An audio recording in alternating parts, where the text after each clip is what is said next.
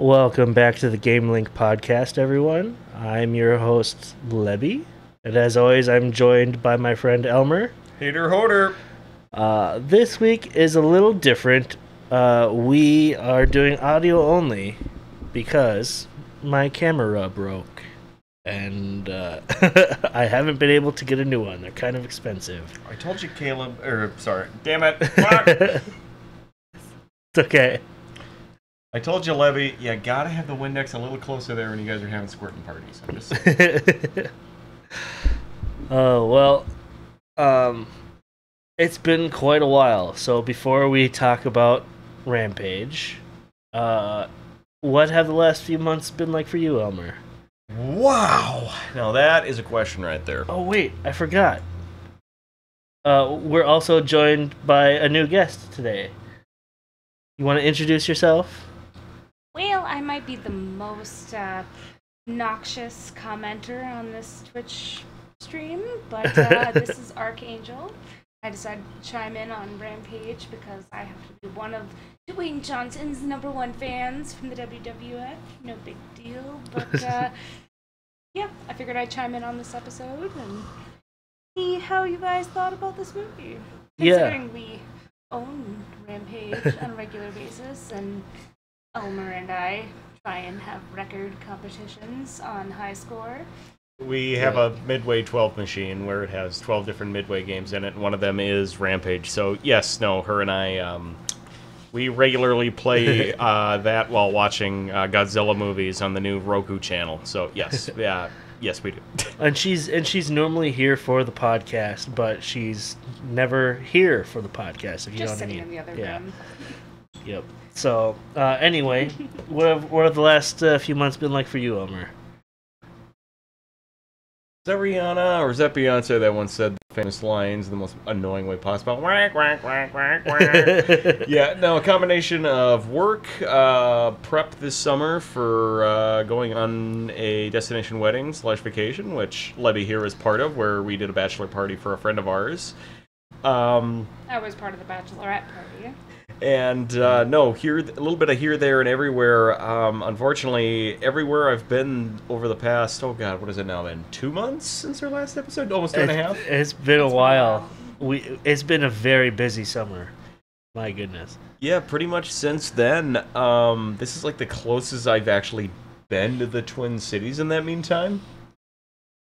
I mean, hell, I've been off of Snelling twice, and that was to get a suit fitted, but I can tell you right now, I was not nearly anywhere close to you for that. So. That was a Tuesday, so, but, yeah. Yeah, you see anything good? Oh, yeah, you see, We went and we did the Barbenheimer challenge this weekend. We did.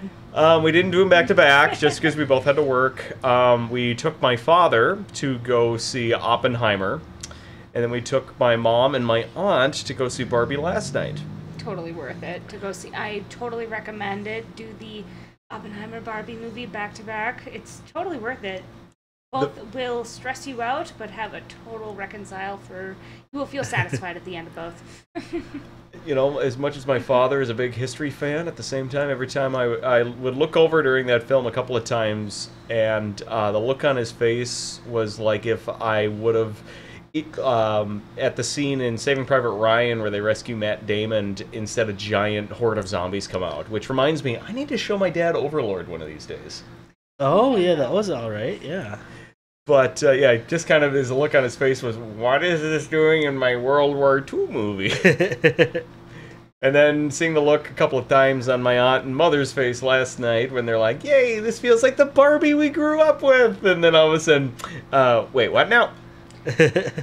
Yeah, both definitely. I mean, Oppenheimer I felt was more of like a scientific versus an English aspect, the way they did the, no spoilers, but the father of the atom bomb. I mean, if you didn't know your history. And then like the political and English points when it came to a trial. So it was very, very good on all aspects. When it came to the Barbie movie, oh, it was so much fun. It was definitely a comedy drama. Do not bring your kids to this. Please do not. Definitely 14 and above. Now that's a take I didn't pick up on before. Oh my god, yeah, no. Oppenheimer did play like Henry V. Yeah, pretty much. That's what I was thinking. Whoa, Shakespearean read on a Chris Nolan movie.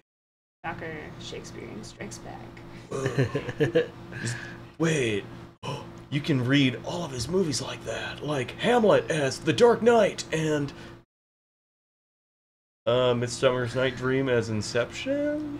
Speaking of Keanu, Oh, I understand. I watched Freaked again with my buddy Tyler. We were gonna watch that last weekend. Yeah, we watched it I think last week, maybe 2 weeks ago. But man, that's always a good watch. Mm-hmm. Oh, my God. We just gotta bite the bullet. We gotta figure out some movie or some video game we could tie in with that. I mean, there's gotta be something, right? Clay Fighters? No, I guess there wasn't that much claymation. Toxic Crusaders? We could do a double feature with a couple episodes? We could think of something. We'll find a way to squeak her in. Yeah, man, what did I do? I've just played a lot of Final Fantasy 16. I hear it's so good. Oh my god. It's gotta win Game of the Year for 2023. I swear to God. It's like it might be my new favorite Final Fantasy. Now, as a big Final Fantasy fan, does it compare to any of the others? It kind of feels like 12 a little bit, just because of like the era of technology they have, but like not really. It feels more like a TV show. Mm-hmm. Like I don't know. It's really cool. I don't think it's tied to any of like Final Fantasy X and Final Fantasy VII are like tied together, and there's like a couple more, but they don't really do a whole lot of that. So, oh man, it's so good though. It's like I heard someone describe it as Game of Thrones meets Godzilla, and I'd say that's pretty accurate. Definitely the only reason I'm considering a PS5. Yeah, it'll be like 2 or 3 hours of like story and cutscenes, and then like all of a sudden it's like an hour of just like really fun like kaiju fight combat stuff. The combat system is like Devil May Cry basically, so you just kind of zip around the battlefield, and it's not like Dark Souls. You don't have to be like super precise, and I don't know. It's really nice. It's really nice just to button mash, I guess. No, I guess Well, I'm always a fan of button mashing. Big God of War fan. You know me. an old Dynasty Warriors fan. Count me in. Is there an actual Devil May Cry anime series or anything like that out there, or no? Oh, Wait, what do you mean? Anime series, yes, but... No, there is actually a Yes. Devil May Cry anime No, series? there is an anime series. Oh yeah, there is. No, I- I've seen that anime series. nice. It's actually From really 2007. good. I wanna totally do it. recommend I it. wanna do it. It's on Crunchyroll, so we should totally binge that Yeah, sometime. we will have to talk about it. More so, I just want people, if they don't know, to hear how that game came to be, because it's one of my favorite things when it comes to gaming. No, It was a good game. I'm downloading I it right loved now. that game. Just the dynamics of the fighting styles was always so much fun. It was another button mashing kind of deal. I was going to say, do either of you know how that came to be? About how the series came to be, which is the best part. No. Oh, just tell us. Should I spoil it, or should we wait till the episode? Because I think if anything... Let's wait. Let's Okay. wait, actually. Let's wait. If you guys are willing to do it, I would still watch Devil May Yeah. Cry with you guys. Oh, hell yeah. Yep, that's downloading now. By the way, I always sit in the background watching movies with them while they do before they do the podcast, so I will be here watching and making comments, so sometimes they steal my jokes. Half of our good jokes come from her.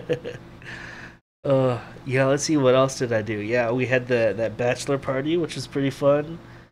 My new job has been pretty busy, and I've had like a lot of birthdays and holidays and things like that in the last like month, so yeah, it's I mean, we have 4th of July, I mean, we had... yeah. All the fairs going on has made all of our jobs, I'm sure. very I busy. will need to the next time we do an episode and I have a camera again, I'll have to show off some of my new computers.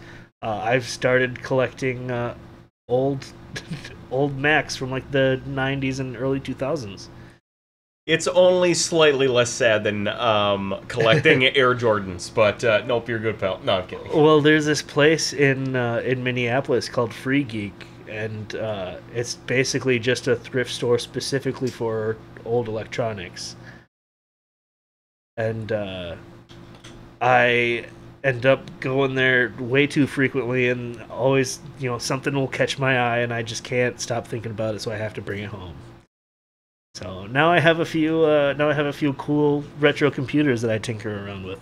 But literally that exact same phrasing, word for word, is how I got my job at the pawn shop. I just walk in there and there'd be something on the shelf. I just kind of needed it, and I knew I could refurbish it and fix it up and make it all new and add it to my collection. That's how I became a pawnbroker. Yeah, it started with one retro computer, and now I have 8 retro computers. And I may make fun of him for collecting iMags, but ladies and gentlemen, may I remind you, I collect movie posters, and I have everything from the Terminator to the Beast of Black Lake to, what's the funny one? Oh, Blood Hook by Troma. I have on my bedroom wall. And can you please confirm this for everybody? No, definitely he does. It's the blonde woman in a bikini, a red bikini. And it's perfectly hooked with between her top and her bottom for a musky lure as she's riding a wave on one foot, riding with one leg up. I mean, it's a total, you would think it's a middle, God, what was it, of a Playboy, the centerpiece? Oh, like a centerfold. Centerfold. It was a total centerfold kind of pose. And no, it's a great poster that sits in our bedroom, and I wake up to it every morning. And we forgot to mention, it was Elmer's birthday not long ago.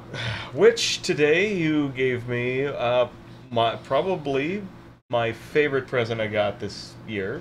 No offense, sweetie.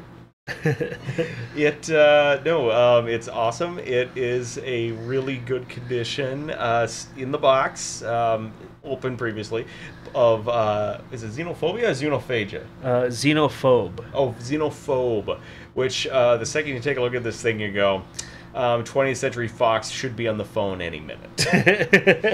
And, no, I'm excited. I pretty much, I think the second we get home, I'm going to pop that sucker into my NES that you refurbished for us and make sure that, we get a pretty good couple of games in on that. So.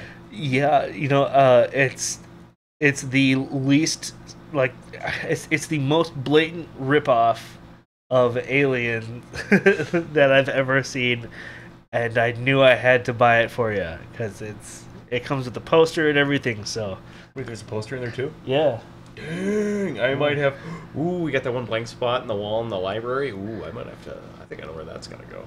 It's okay, Caleb. You can take birthdays. I'll take Christmas. I gave him a puppy for Christmas, so it's really hard to top it after that. I'm just saying. But yeah, I suppose Rampage. Do we have to?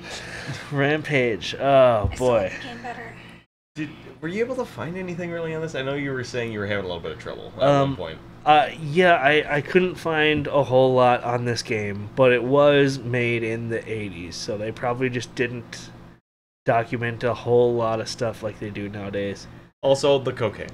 Yeah, that too. But Rampage was an arcade game made by Midway. It came out in 1986.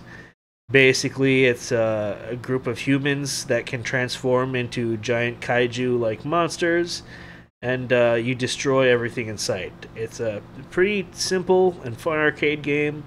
I remember liking it a lot when I was a kid because you got to smash stuff. It's obviously inspired by monster movies like King Kong and 20 Million Miles to Earth. So the three characters you had were a giant ape, a dinosaur, and a werewolf. And you basically just destroyed a city. So it had two lead designers, Brian Collin and Jeff Newman. Brian was the artist and Jeff was the programmer. They weren't even people that played video games. They weren't fans of arcade games, but they thought of a game where there was no wrong way to play, because that appealed to them. So instead of having like an objective, your only goal is to just destroy as many skyscrapers as you can. And they chose skyscrapers because they found out they could only move rectangles in the background on this like really dated hardware. So they just made everything skyscrapers. That's why in the original game there's no like Mount Rushmore or Statue of Liberty or anything. Right. Oh, okay, that makes sense. Yeah, I mean, as you go through levels, it's just different buildings. I mean, Different- different skyscrapers. Gray skyscrapers. Yeah. But I do remember like a later iteration of the game. I think you like time travel or like go to space or something. I can't remember. But I remember It kind of one. looks like a warp. I remember one of those games. You at least got to destroy the Sky Needle. I remember that being a big thing on one of the like either the game's cover and like Yeah, one of the it's- commercials for it. I remember seeing like one of them smacking the other one with the Sky Needle like a baseball bat. yeah, they for the first one they had a lot of limitations, just because of the hardware that they were like the Midway machines they were programming for were pretty old. So they actually like chose a city because they can just repeat everything and it doesn't matter.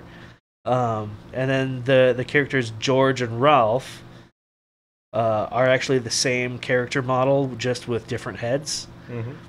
And every time a building is collapsing, it's just like a bunch of smoke and stuff. And they added that to cover up all the glitchy effects of the building collapse because it didn't look good at all. Yeah, I suppose the simplistic way of like disappearing building would be the pixelating, just smoke rolling. Instead of it, looking as like the building's disappearing. Yeah, instead of it looking like Snake going doop doop doop, you Now, put mind that you- on there. Helps to kind of cover it up. Now, mind you, Elmer and I, the only reason that we get as much as we know of Rampage is as far as we can get. Anybody that owns a level 1 arcade set Or knows 1-up. that even level up. One up. Sorry, 1-up. 1-up. Sorry. 1-up arcade set. Even if you set them on the easy settings, it's hard. I mean, even if you grew up with the joystick arcades, like the original arcades with the quarters. I mean, when was the last time you went to one? It's not the norm anymore. Like I went to we have a barcade here in the cities. And last time I went there, I was expecting just to kill it, right? Because I'm the video game boy. And no, like even in the Simpsons like arcade game, I got stomped. It's not the same as when we were kids. I mean, I felt like I was actually really good at Rampage, and I mean, I'm a master at bubbles, but I still can't get past at least level 3. I think is the furthest I've ever gotten, and that I swear was chance. Put me on like a Hydro Thunder or like a Star Wars Pod Racer, and I'll win every time. I mean, the Tetris game on the original joystick, I was always a big fan of. Otherwise, it was always the Galactica. I was a big fan of growing up with the joystick originally. House of the Dead and Primal Rage. Either have me be a dinosaur beating up a big monkey, or me popping zombies' heads off. Those, oh yes, every time, every time. The really funny part when you brought that up about how difficult this game is on our 1-up arcade machine. I mean, think about that though. Your life throughout that entire game is going down every single time you walk. It's almost like the ET game in terms of how the energy meter works on it. That game is designed to suck the quarters out of your goddamn wallet. And holy God, that's the only way I think we've ever been able to get past level 10 is because we're able to spam the start button and put more quarters on the damn thing. Well, The amount of allowance. and the funny thing is this game was almost a complete flop because management didn't think, like they were unsure that it was a good idea to make the player like a monster villain. So they like wouldn't like produce many machines. And then eventually they got new management who was into it, and it blew up. And they even ended up adding like additional levels and stuff to like add an extra layer of difficulty and stuff. So To be honest, kind of thinking about it, I'm a little shocked that at least in, say, like Japan, like Toho wouldn't have actually gotten the Midway license and actually produced like a Godzilla version of this. I mean, how hard would it be for them to actually put like Godzilla sprites over the different monsters? If this would have been an anime instead of a stupid Dwayne the fucking Rock movie. Spoilers for the video review portion, gentle listeners. God, this would make such a good anime because the story could be ridiculous and nobody would care. All I can think is Tarkovsky. If he did the adaptation for the animated series for Rampage. He's thinking Japanese, you're thinking American, yes, or Western. No, but here's the thing. I'm in between. I don't know which one of these I want to see more. If I want to see, like, the guy who does One Punch Man, if I want to see their take on Rampage, but I also want to see Gendy motherfucking Powerpuff Girls Tartakovsky. I want to see his take on this story as well. Oh, my God. Just the way he did Primal, Oh, yeah. And his new series, what is it called? Unicorn Team? Unicorn Eternal, I think it's called. Something like that, yeah. Unicorn something Eternals. On it's on Max. It's on Max, but it's also it's also on Adult Swim, I believe. Yeah, that's another thing we've been watching. We haven't finished it yet, but my God, every time we watch that, I'm just like, damn it, Sony, just give him the Popeye movie. Come on, he deserves it. How many Hotel Transylvania movies have you forced that man to make while dangling Popeye above his head? Just let him do it, guys. Because the game is like about people that transform into the monsters, the artist, Brian Collins, he put in the opening cutscene, he put himself as George, his wife as Lizzie, and Nauman, the programmer, as Ralph. Not too long ago, like decades after the game released, Colin talked about a popular rumor that Lizzie was based on Godzilla because it was a giant lizard, but he explained that it was actually based on Ymir from 20 Million Miles to Earth. Which is a good one, a very good Ray Harryhausen stop-motion animated film. Yeah, he said that he liked Godzilla, but it would have been too large to fit into the game. Oh, okay, I can kind of get that then. So, this game, now when I say it took off, this game was on everything. From the Apple II with a green monochrome screen, to the NES, to the Atari, the Sega Master System, the Tandy, the Radio Shack computer from the 80s. Oh shit! This game was on everything. They even put the game in its entirety as an Easter egg in the Lego Dimensions game from 2015. And that doesn't surprise me because in 2009, Warner Brothers bought Rampage along with probably most of, or if not all of, Midway. And WB also makes the Lego games and movies, so I guess it makes sense they would just put it in. Easy way to do a little bit of shared IP like that. Yeah, and then they give us this movie. Oh, this movie. This movie. I mean, I sigh, but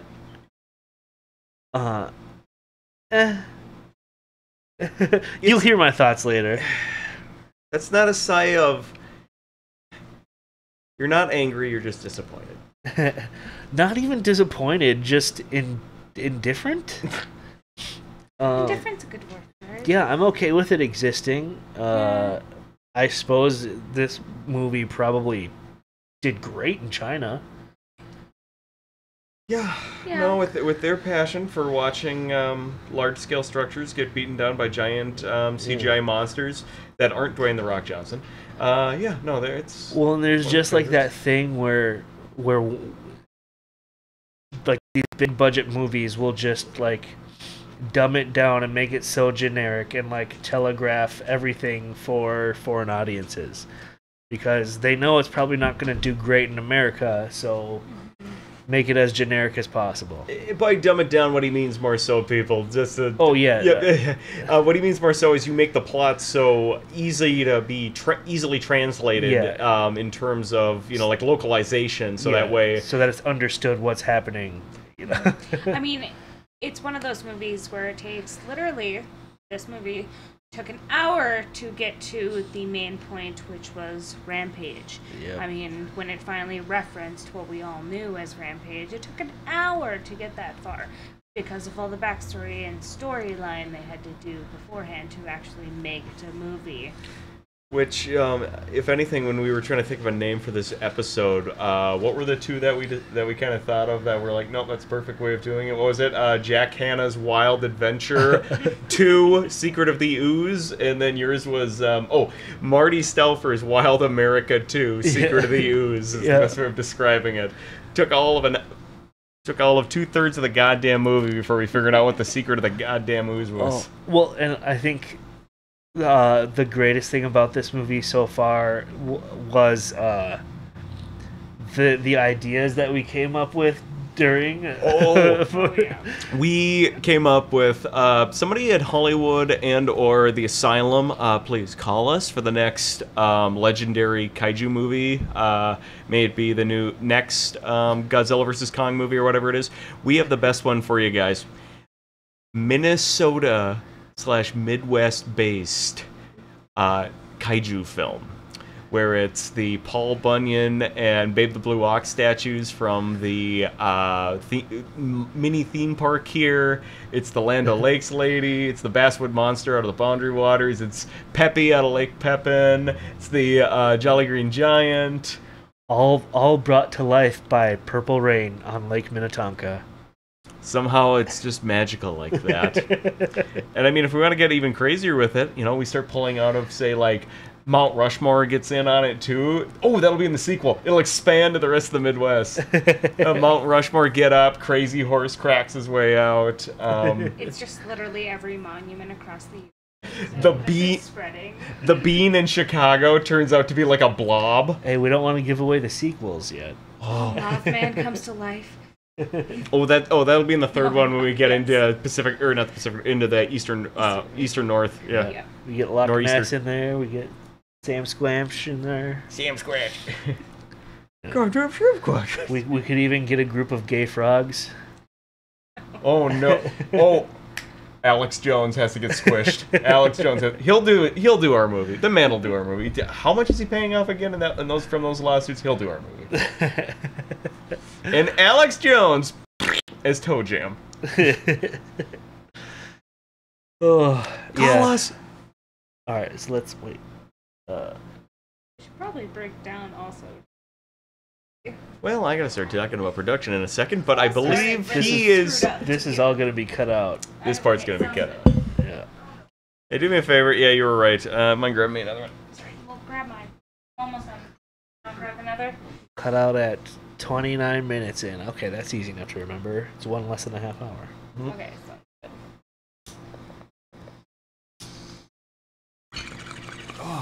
I kind of like this. We're us being able to take breaks a little bit. Oh, sure. Yeah.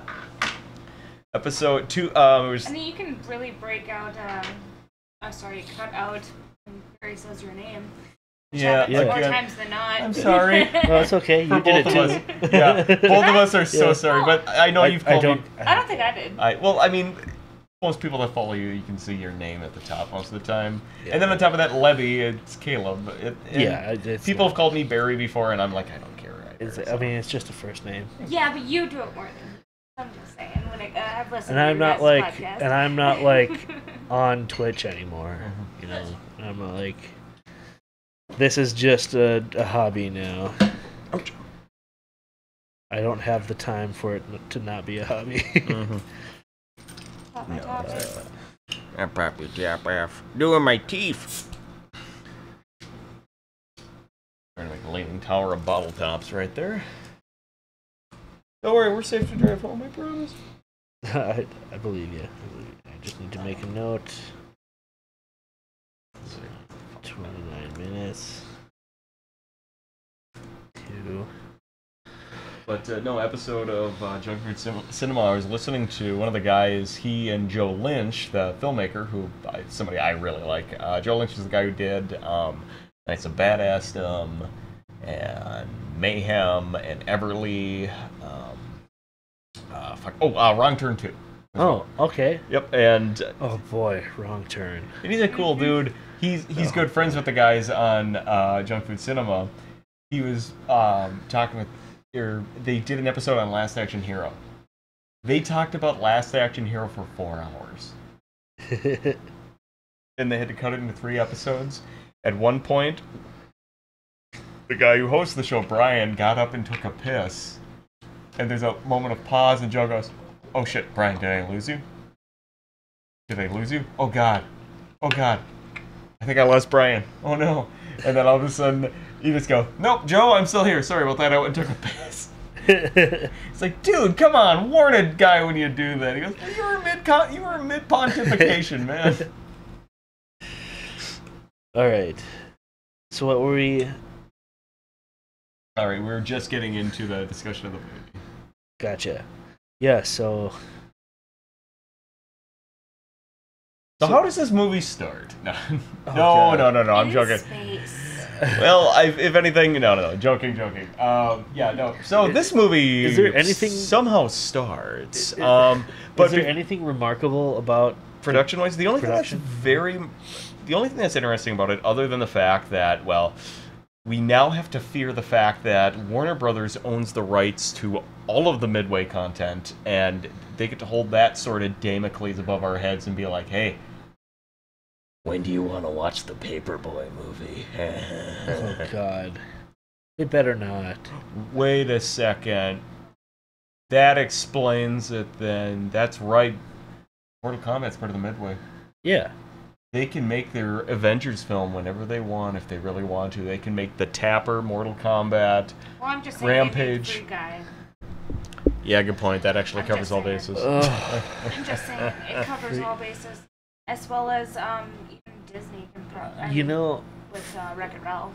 for a movie that I didn't like, Free Guy wasn't bad. For a bad movie, it wasn't bad. No, it wasn't bad. Okay, But a I'm just slight saying spoiler it for our covers all discussion. bases. I think Rampage, as well as Free Guy, are on the same level. Yeah. I could watch it again. But- But I don't want to. I don't need to. But no, literally, the only thing of remarkability about this is the fact that, Dwayne "The Rock" Johnson was the person who was first signed on to kind of be in this movie, which he said he did it out of his nostalgic love, because growing up, apparently, very close to his home, there was a pool hall that had a Rampage machine that he played a lot, as well as he then got the game for NES that he said that he played a lot. So just out of nostalgic fun, that's why he went, "No, I'm going to be in this movie." Which is then why he then reached out to his friend Brad Payton, who he had also made, what is it called? Journey to the Mysterious Island, the sequel to, Journey to the Center of the Earth with Brendan Fraser. But he did that, and he also had done San Andreas with The Rock. And so, yeah, brought this guy in to make this film, and if you couldn't guess this movie was Canadian, Malin Ackerman's in it. So, that is all the remarkability of this film. Definitely feels like a San Andreas. Yeah. Well, and wasn't this originally gonna be given to Yuva Bowl? No. Yuva Bowl made a movie called Rampage back in the mid-2000s, which was about Brendan Fletcher from... crap, I'm trying to think of things I know Brendan Fletcher from that everybody knows he's from. He's in Freddy vs. Jason, and he's in something else. Anyway, he goes crazy, orders a bunch of body armor and machine guns off of the internet, and then goes on a rampage in a small town, and it's played as a laughs and a comedy. And when it first came out, people were saying, "Oh wow, Yuva Bowl actually made a not half bad movie that actually is saying something." And now in the light of day of 2023, you cannot watch that movie in the same light, unfortunately. We live in a different world now, ladies and gentlemen. Oh boy. So it's a bit problematic. It's like trying to watch Tootsie today. Yeah. Okay. Well, yeah. Much like much like the story of the production, this movie is just kind of like a nothing burger. Which is fucking crazy, because, like Lebbi was talking about earlier, in the original game, you're, one of 3 test subjects that get, magic goo sprinkled on top of you, and that's turns you into a monster. In this movie, it's some animals that get turned into giant monsters that are just acting like animals. Yeah. Can you imagine if they would have played this actually like the modern version of Attack of the 50-Foot Woman or something like that, and you actually had like, one of these creatures getting upset because like one thing in their life pisses them off so much they're going to take it out. Like one person's pissed at their boss, one person is pissed at their significant other or their mother or their father or something like that. You play that up with a comedic aspect, this could be a lot of fun. Yeah, this I'm sure it would have made it a lot more complicated to write it where the humans transform into the giant animals. But yeah, it's just kind of like, I guess it's about the game, but it's not. Well, yeah. Make it complicated so the animals turn into, not animals, sorry, the people turn into monsters. Lebbi, can I sing one song for you? Teenage Mutant Ninja Turtle. That's all Bebop and Rocksteady are, man. I mean, hell, the wolf as well as the giant alligator snapping turtley sturgeon thingy. I mean, they're just Tokar and Razor. Well, yeah, I know, but I'm just saying in the game, it's humans that transform. So I just mean, how hard would that have been to adapt? No. Yeah, no, but like now that we're talking about the movie, I want to point out these posters we got here. Oh yes. On the left is the American poster, which is fine, I guess. But look at that Japanese poster, or maybe it's Chinese. I'm not sure. I don't want to generalize, but look at that poster. God damn, is that a cool poster? I want that as a back tattoo. Right? That is badass. Match half the shirts. Yeah, good call. Anyway, yeah, the movie is like, I guess there's like some sort of CRISPR genetic lab in space that like explodes, and these little like canisters of chemicals come crashing down. Like one falls in a lake, one falls in the forest, and one falls in this like gorilla enclosure at the San Francisco Zoo. Yeah, so then you get Dwayne "The Rock" Johnson is some sort of gorilla attendant. Gorilla whisperer, zookeeper person. The title is primatologist, but no, I prefer gorilla whisperer. That feels better. That needs to be somebody's PhD title. I mean, you got Chris with raptors, you got Dwayne with gorillas. With gorillas, yeah. Yeah, and his favorite gorilla George ends up becoming a giant, and then you got a giant wolf and a giant gator. And the next hour and like 20 minutes or whatever is basically the animals getting bigger and angrier as time goes on, until it ends in finally like a 15-minute fight in the city, which is the cool part of the movie. But I will say the first 5 minutes of this movie, which is the exploding CRISPR lab, that's pretty bitchin'. And yeah, I'll say it, the last 15 minutes, they're fun when they're actually, rampaging in this Rampage movie.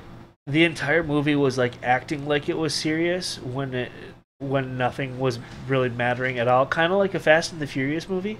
Well, yeah, I mean, the beginning was all talking about lining up for the action. That's all it really was. Where stuff is happening and it's very important, but it really doesn't matter at all. It really doesn't. It's all the scientific facts and all this technology that we're giving them and Did we break things Elmer? they have to do. Sorry, I've been making a face like a blow-up doll for about the past 30 to 45 seconds here.